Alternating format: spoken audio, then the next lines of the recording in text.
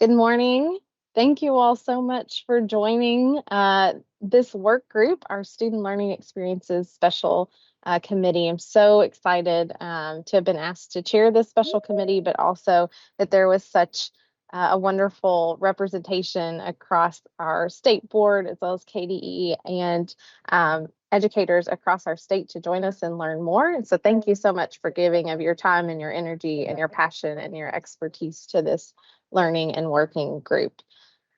We are going to call roll here in just a moment. Meredith is going to help us with that, but did just want to take a moment to let you know what's happening on our screen as if you're just joining us.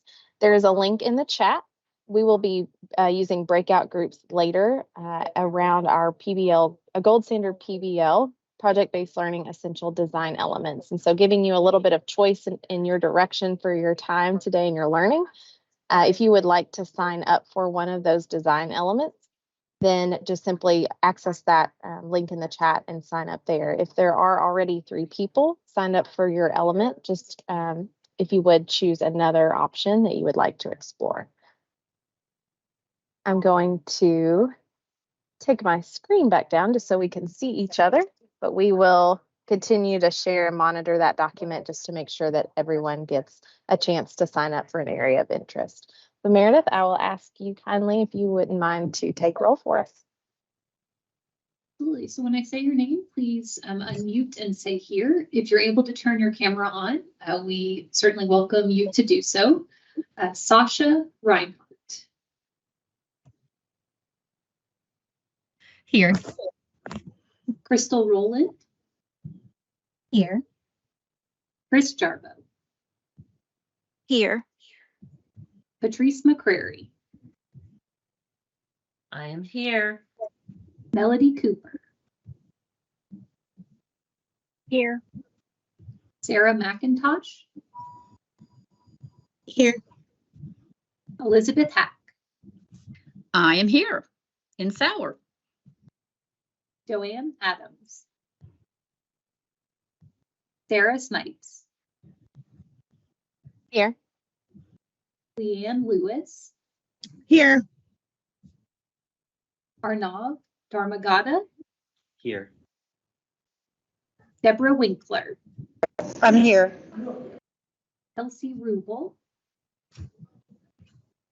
Here. Fox Demwasi. Sorry, Fox, I probably butchered that. That's pretty close. I'm here. Great, thanks so much. All right, and we do have some guests that are here, and I will make note of that as well. But Chair, you do have a quorum. Thank you, Meredith. So again, thank you all for joining us and welcome. An additional thank you for diving into some pre-reading resources that were sent to you in an email last week, as well as an interest survey that really helped me not only get to know you better, but also to frame our time together, the very little bit of time that we have over the next several weeks. So I look forward to making sure that you have materials and resources to help guide the conversation, as well as inform you about the many wonderful things going on across our state to transform the student learning experience. And many of you have your hands deep in that work yourself, so just thank you for being present and engaging in that way as well. We'll just kick off today in that survey. We were a little bit of a mixed bag in understanding why we're coming together in this group. Some folks had been voluntold, some folks were eager to dive in and learned about this opportunity in other ways. But with that comes, a little bit of confusion about why are we coming together in this group. And so just understanding that over the next 3 groups, we're very much meant to come together to learn, right? Ask hard questions, dig in. Really push each other's thinking around your own professional experience, your own experience as a learner in the many spaces that you are in as well. And then at the end of our time together after 3 sessions, really being prepared to offer up recommendations to our State Board of Education in support of the things that we value and want to see in terms of learning experiences for every student in our state. And so very honored and just want to lift up that our State Board of education, and we have members here on our group as well. So thank you for being present, have created the space as a priority for learning and truly wanting to get to know the types of experiences that our students are having and how we can push for more support of the things that we know are best for our kids. And so just thank you for that as well. So we are gathered here today to just learn, to start to build key insights, reflect and think and push each other, knowing that in our third session together, all of that synthesis, all of that sense making will be done collectively to move forward with some recommendations of those values and things that we hope our board will take under their wings as well and move forward in support of. I just do want to leave space, Patrice and others, Meredith, if you have anything to add in terms of our purpose and what our board's hope truly is for these work groups, I just want to leave that space open for you as well. Not to put you on the spot. Sarah, first of all, I would like to throw out my thank you for everyone here. Patrice McCrary, board member. I appreciate the time you're putting in. I appreciate your attention to this.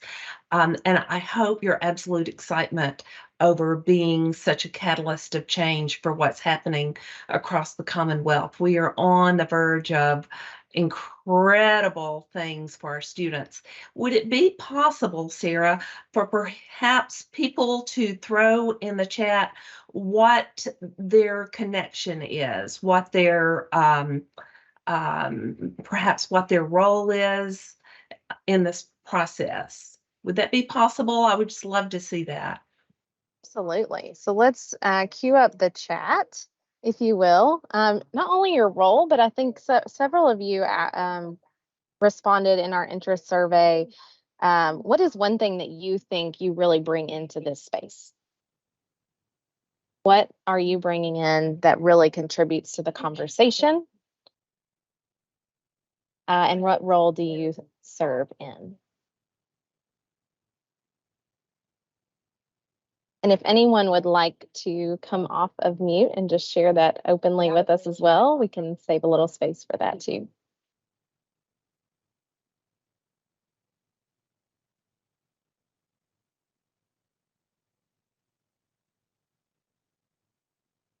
I will break the ice as you also type. Because I realized I neglected to introduce myself. Now I notice a lot of familiar faces in the room, but if you don't know me, my name is Sarah Snipes. I am the program manager over in the Office of Continuous Improvement and Support, our Division of Innovative Learning here at the Kentucky Department of Education. So lovely to be here with you all. A personal hope and interest that I have in coming to this group is that I have 3 beautiful children outside of my own experience of being a classroom teacher for some time.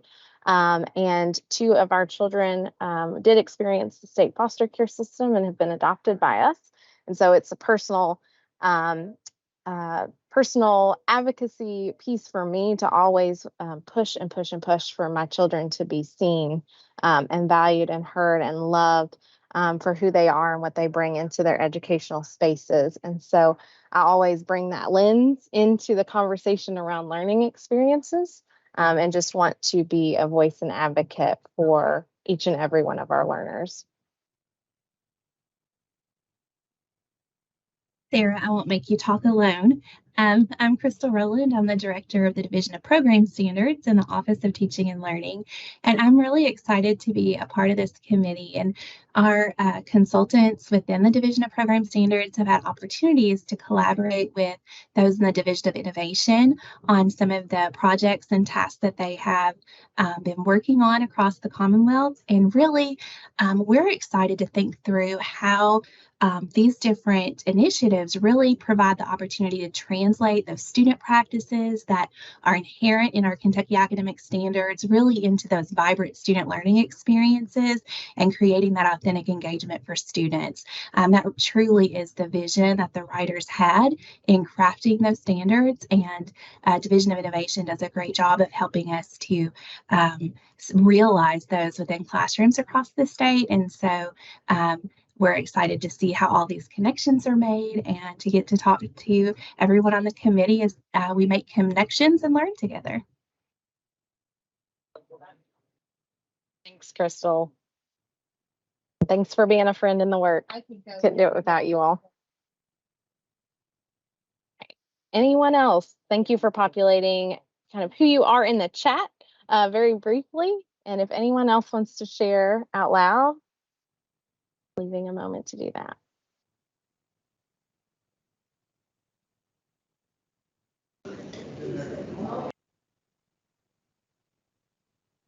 Sarah, how are you and everyone who are gathered for this wonderful work group? I think I put a short sermon in the chat box. As you know, Sarah, and working with you in our work with DLD, and we miss you tremendously. I know there was a death in your family during the last time, so we really miss working with you and certainly love working with David as well. I really believe that a fundamental purpose that we have on this planet as we pay it forward is to help to improve and save the lives of others. And for many of our kids, if not all of them, public education is the vehicle for that. It's not just the best chance for many kids in America, our 55 to 60 million public school kids. For many of them, it's the only vehicle to help save them. Thank you so much, Dr. Woods-Tucker. All right. Well, I want to, oh, go ahead, Nora, did I interrupt you? Oh, I was going to unmute and then I didn't, but I just want to add to what he said. I'm a product of public education and I am in my 19th year of teaching now, but I'm a product of a teacher that believed in me and changed my life and put me on a whole different path. And it's not a time for my story, but I think in the minimum, we leave a mark on their life, which makes them different people every single day. And I teach first grade. They were sneaking out really quietly when I was jumping on. And on most days and most years, I went to senior awards night last night, and my third graders I had 10 years ago were getting $2.7 million worth of scholarships, and the hugs and the pictures and stuff. It's just so amazing what one little seed you plant turns into. So we have definitely a lot of power as educators. Absolutely. And isn't it amazing what kids can do, right? All with that power and support. So thank you for sharing that, Nora. So glad you're with us. I will pop up here on the screen just one more time as Meredith does her magic behind the scenes to get breakout groups prepped for us here in just a few minutes. If you haven't already signed up for an essential design element, please do so. Add your name to the list. Even our guests today, please feel free to join the conversations. I think it'll be well worth your time to dive into those groups. And it looks like we have 3 folks on each group. So if you are not currently on the screen, you can disregard at this time that note about group limits. It looks like we've got representation across all 6 elements now. So feel free to join one, even if there are already 3 folks present.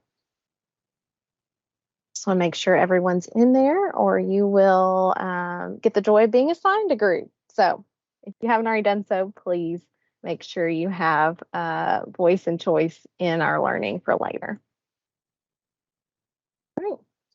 Sarah, I'll jump in real quickly and say Joanne Adams has joined us, fellow board member. So Wonderful. Welcome, Joanne. Thank you so much for joining us. Thank you. I'm very happy to be here. I'm sorry I'm late. It is a busy time. I think that's the theme for everyone. So just glad to have you for as long as we can. Thank you so much for being here.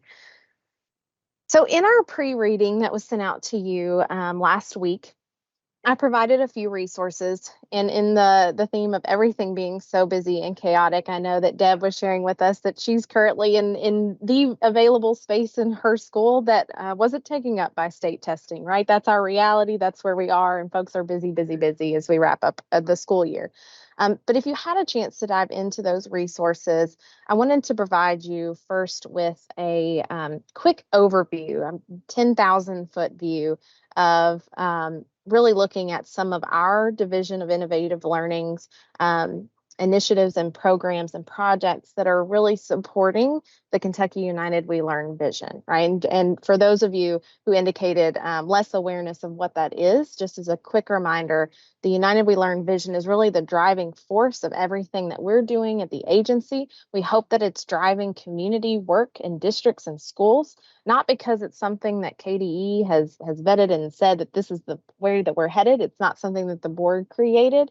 It really was the result of a statewide listening tour, empathy, stopping, pausing, listening to people engaged in our systems, and really asking them what they need for the future of education. And so that vision has really driven us in everything that we do in those three big ideas. So of focusing on vibrant learning experiences for every student, of innovating, especially in areas of assessment in our schools, and for building in more chances for community collaboration and building a bold new future through that collaboration with our communities.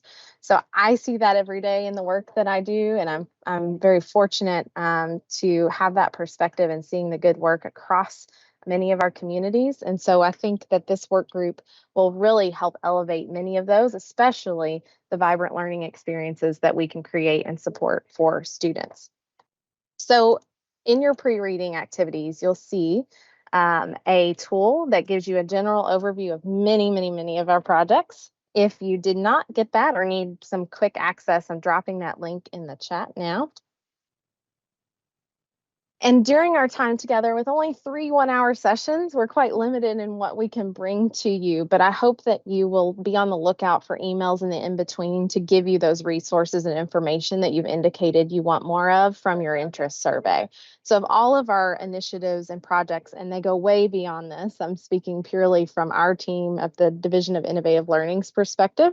If there are elements of this that you would like to know more about, I have added a contact for that particular project or body of work. So please feel free. My team is, they love to talk about their work and they love to create new partnerships in that work. And so if you have any questions, you can always reach out to me or the members of our team that are provided there. So we're excited today to frame our conversation specifically around gold standard project-based learning. As a significant investment from the state agency, we've also heard from districts and communities that this has been an incredibly powerful shift in the way that they provide instruction in those learning experiences to their students. We have district partnerships like Allen County that are going full force. They've had every teacher in their district trained in gold standard project-based learning. And we have districts like Rowan County, who even without a district partnership have just taken hold of the free opportunities provided through our ESSER funding and have trained their staff and have vibrant learning happening every single day as a result of the work that their teachers are putting into project-based learning. So we're going to take that focus specifically today.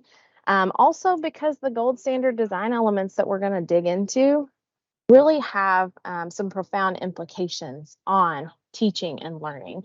I think that you would see across any of these projects, the elements of those designs are present. We have challenging problems and questions in classrooms through our various projects. We're asking students to reflect. Even in Portrait of a Learner, that's a key element of students defending their learning and their learning experiences at key milestones like 5th, 8th, and 12th grade. Reflection is such a key piece to that work as well. So our lens today will be specifically through project-based learning, but I think you would see the footprints of many design elements impacting student learning experiences across the board. So with our time together today, I'm going to stop talking and actually let you dig in and do the discussions. When you signed up for a group this morning, what I've done is curated a few reading resources that go with each of those design elements. So what we'll do here in a moment is break out into these groups and you'll be asked to dig into the reading resources. We have a reading choice board that I'll provide to you in just a moment. And you'll have a chance to be in a room with folks who are all focused on a similar design element. In that room, we're asking you to dig in and have a discussion so that you can come back to the whole group as sort of experts in your design element and share some key insights and takeaways. I'm going to read aloud and post some discussion questions in the chat just to frame your conversations. But these questions, you won't lose them. They're actually in the choice board as well. So you'll be asked in your group to think about, how does your assigned element contribute to the overall success of a project-based learning experience? Also, how have you observed or implemented this element in your own educational setting? So not specific to project-based learning perhaps, but how have you seen this element show up in your own experiences? And then what strategies or best practices could you share for effectively incorporating this element into project-based learning experiences in classrooms? So all of your expertise, your own personal or professional experiences should hopefully be seen through these questions. Don't let it limit your discussion to just these three, but we will focus some share outs later of your key insights and takeaways around these three questions. Any questions about the general ask of this time together?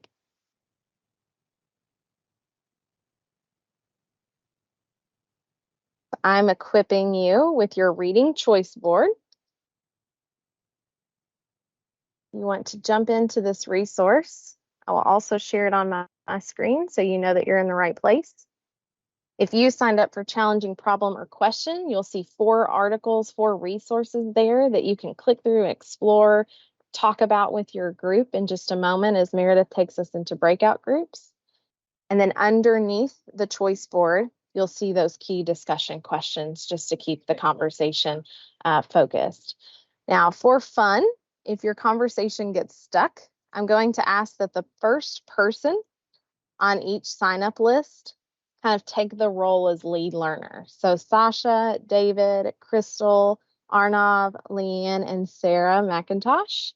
If you don't mind to be on the spot a little bit, if things start to get a little bit slow in discussion, or if folks don't know how to start, I would really love for you all to take a lead learner role in just sparking some conversation around those questions.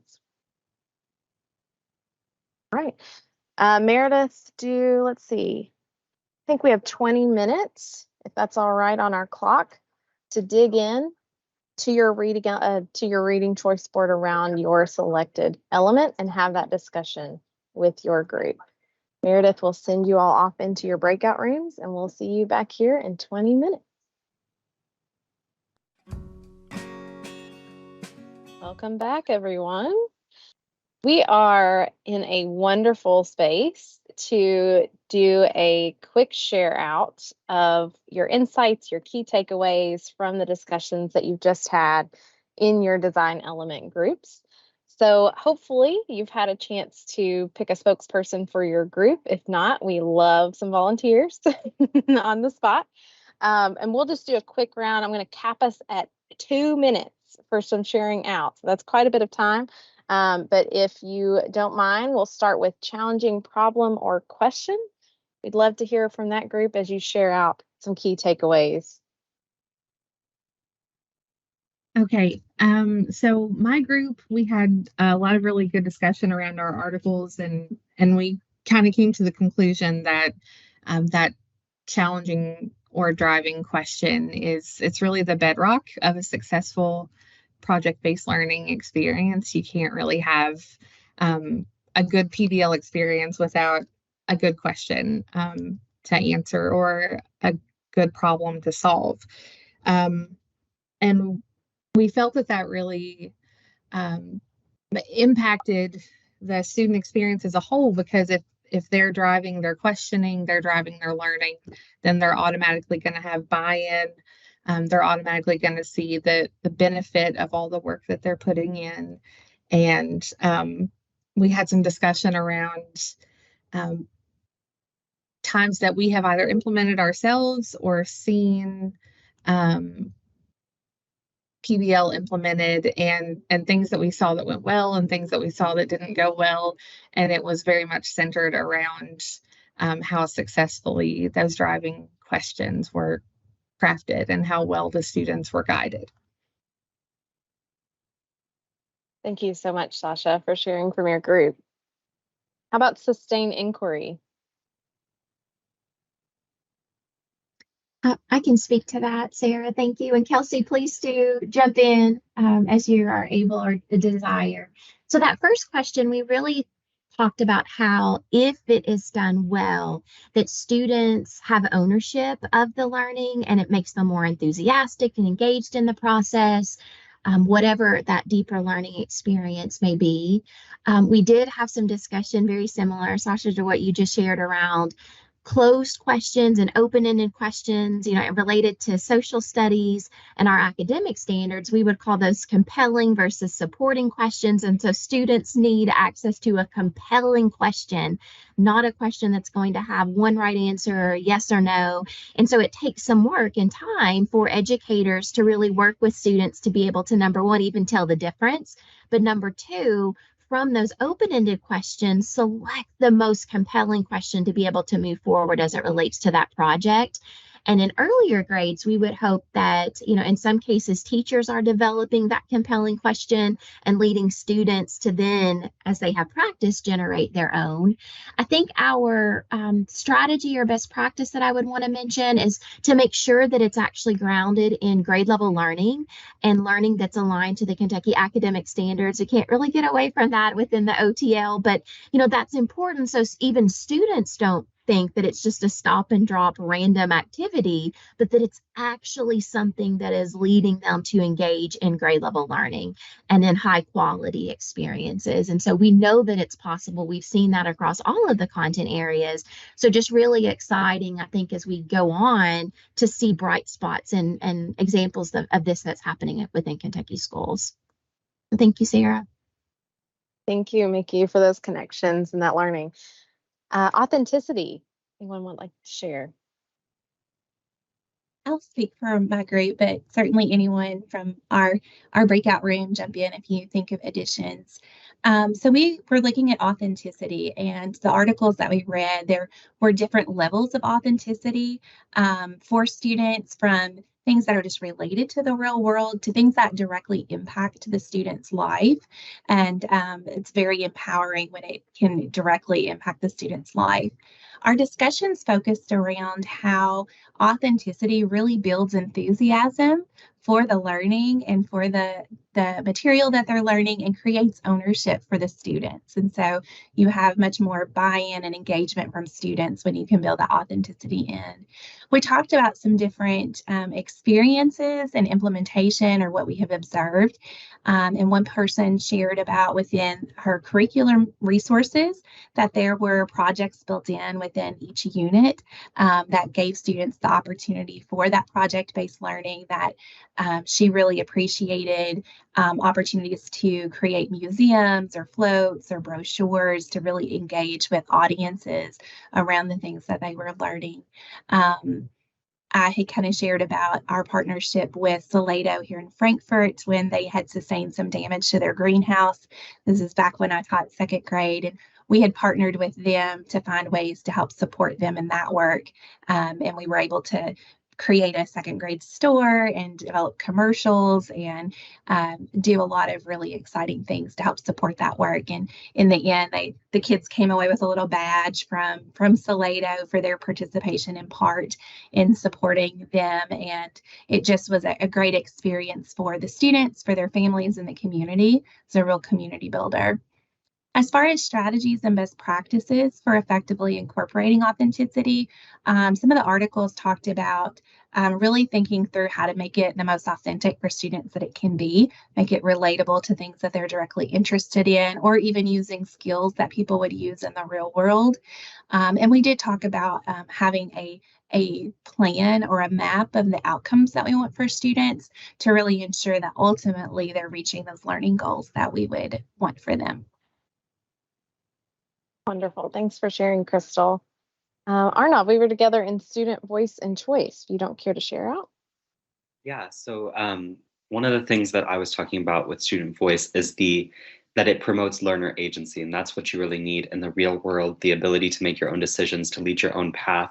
And those are the skills that I think project-based learning really imparts. And in our shared discussion, we talked about the need for project-based learning to be consistent and kind of have a foundation of a strong community within the classroom to be able to facilitate that. So students will respect teachers in their dedication to project-based learning, and teachers will respect students in that way. And then you can both drive together towards your shared goals. And we also talked about how project-based learning is not necessarily something new. It's just building on some of the existing learning practices and just making it more learner-centered. So that student voice is the really key element, I think, that shifts some of the current teaching practices to what defines project-based learning. And I think that's about it. Thank you so much. Reflection. And I can share out, but I was in with two wonderful teachers and I'm wondering if one of you might like to take the lead here. My camera stopped working, so please go ahead. Okay. We just basically, it was easy just to use our classroom experience to talk about how we use reflection in the classroom, and some things that we pinpointed out was, making reflection something we use along the way and not just something we do at the end of the work, like always checking in and looking more towards authenticity built into things we already do, and just elevating those a little more and including that student choice. Obviously, and recognizing the risk taking that project-based learning brings, that there's a little more openness, there's a little more students doing the work, and it's not the teacher dictating every step of the process. The students, take the risk, try something, maybe successful, maybe pitfalls. How do we overcome that? And using that reflection to help teachers get in there and help students figure those things out. So lots of stuff. Did I cover it all? A pretty good touchdown. Thank you so much, Leanne. And last but certainly not least, a public product. Thanks, Sarah. I really believe my IQ just shot up 11 points working with Sarah and Andre. So therefore, I won't take all 11 minutes. I was going to turn 2 minutes into 11, all 2 minutes. But Sarah and Andre will give an element or two in our 120 seconds or less we have, and then I'll jump in the last few seconds.